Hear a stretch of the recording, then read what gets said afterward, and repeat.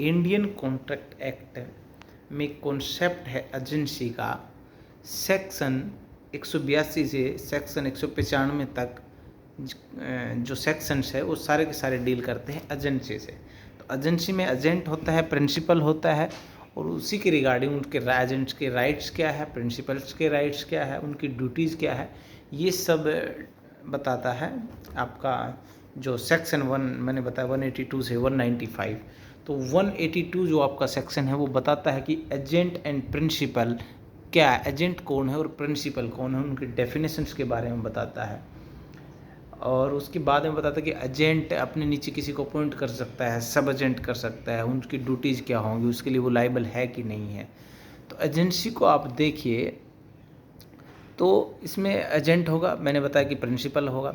तो appointment and authority of the agent, तो section आपका 182 से 189 है ना, 182 से 189 जो सेक्शन है वो डील करता है एजेंट और प्रिंसिपल से।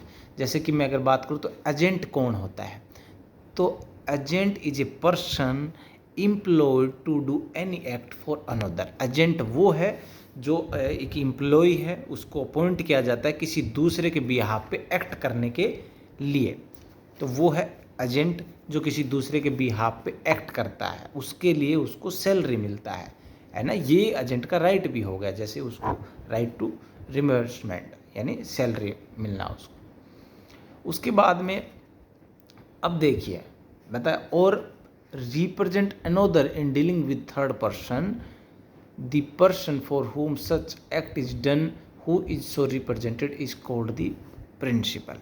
अब वो जिस थर्ड पर्सन के लिए एक्ट कर रहा है, उसको रिप्रेजेंट कर रहा है, जिसको रिप्रेजेंट कर रहा है वो क्या हो गया, प्रिंसिपल। रिप्रेजेंट करने वाला क्या हो गया, एजेंट।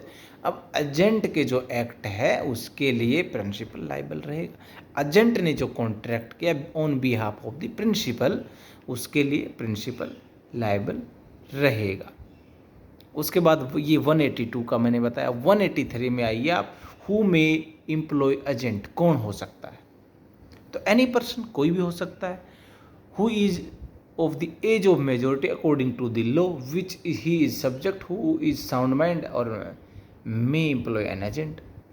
तो एजेंट कोई भी हो सकता है, वो साउंड माइंड होना चाहिए, मेजर होना चाहिए, तो कैपेबल होना चाहिए वो काम करने के लिए, तो कोई भी एजेंट हो सकता है। तो उसके बाद में आता है, उसके बाद हम consideration not necessary, no consideration is necessary to create an agency. किसी भी एजेंसी को क्रिएट करने के लिए ज़रूरी नहीं है कि कंसिडरेशन नेसेसरी हो, जैसे कि कॉन्ट्रैक्ट को करने के लिए नेसेसरी होता है ना। सेक्शन 25 एक्सेप्शन जरूर है, वो लव एंड अफेक्शंस में या पास्ट सर्विस में एक्सेप्शन जरूर है, but without consideration invalid contract माना जाता है। तो एजेंट ये 185 में। 186 पे आते हैं, एजेंट अथॉरिटी में भी एक्सप्रेस और इम्प्लाइड। अब जो एजेंट जो अथॉरिटी में है वो एक्सप्रेस करके भी और बाय कंडक्ट द्वारा भी बता सकता है, यानी उसका कोई कंडक्ट है जिसको इम्प्लाइड माना जाता है। तो ये एक्सप्रेस भी हो सकता है, इम्प्लाइड भी हो सकता है, ठीक है। तो definition of the express and implied authority 187 में इसकी डेफिनेशन दे दी। एक्सप्रेस कैसे होगा, तो express given by the word spoken और रिटन, है ना। एक्सप्रेस तो इसी तरीके से, और इम्प्लाइड बाय कंडक्ट, किसी कंडक्ट के थ्रू लग रहा है, आप हाँ कर रहे हो, उसके लिए एग्री कर रहे हो, तो वो आपका इम्प्लाइड माना जाएगा, ठीक है।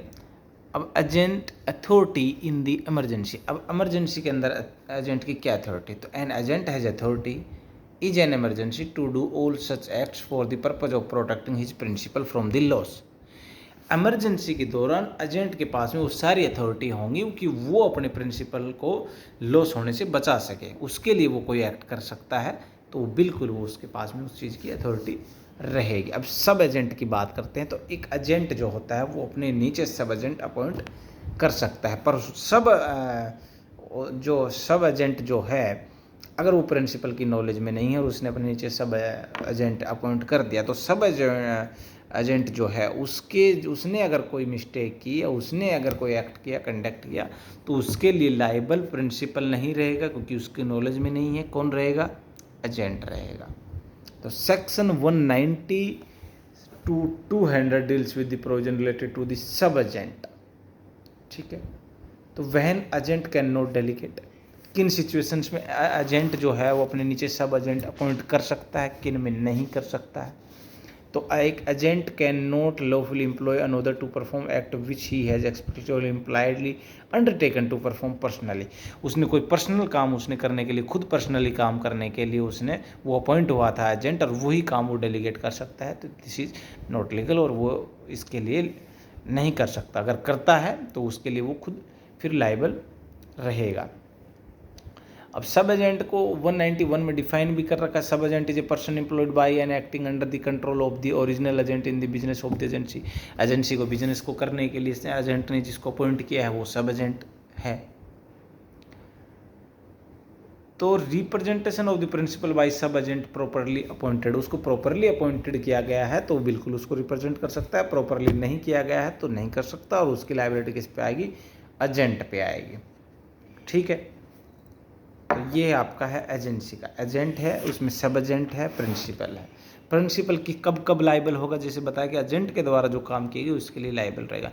अगर एजेंट फ्रॉड करता है या फिर इंटेंशनली कोई काम रॉन्ग करता है तो फिर प्रिंसिपल आपका उसके लिए लायबल नहीं रहेगा, अदरवाइज उसके एक्ट के लिए लायबल रहेगा। तो relation between the principal and person duly appointed by the agent to act any business of the agency, ये दे रखा है इसमें 194 में, इसको डिफाइन भी कर रखा है। तो agent duty is naming such person 195 में इसको कर रखा है। Right of a person act done with for him without his authority, बिना अथॉरिटी के काम करता है तो उसके बारे में इसको बता रखा है। तो विदाउट नॉलेज और विदाउट अथॉरिटी अगर कोई काम करता है एजेंट तो उसके लिए वो खुद लायबल रहेगा। अब रेटिफिकेशन की बात करो तो 197 में रेटिफिकेशन दे रखा है। रेटिफिकेशन में भी एक्सप्रेसली और में भी implied in the conduct of the person whose behalf of the act are done. तो रेटिफिकेशन बिल्कुल कर सकता है, वो बाई कंडक्ट और कर सकता है और एक्सप्रेस करके कर सकता है। Knowledge request for the valid ratification के लिए क्या होना चाहिए, नॉलेज होना चाहिए।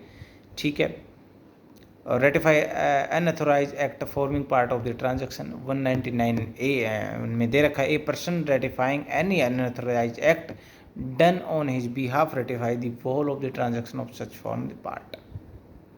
ठीक है, तो ये हो गया। अब एजेंट की कुछ ड्यूटी है, कुछ राइट्स है, और एजेंसी को कैसे डिवोल्व किया जा सकता है, ये चीज़ें हैं।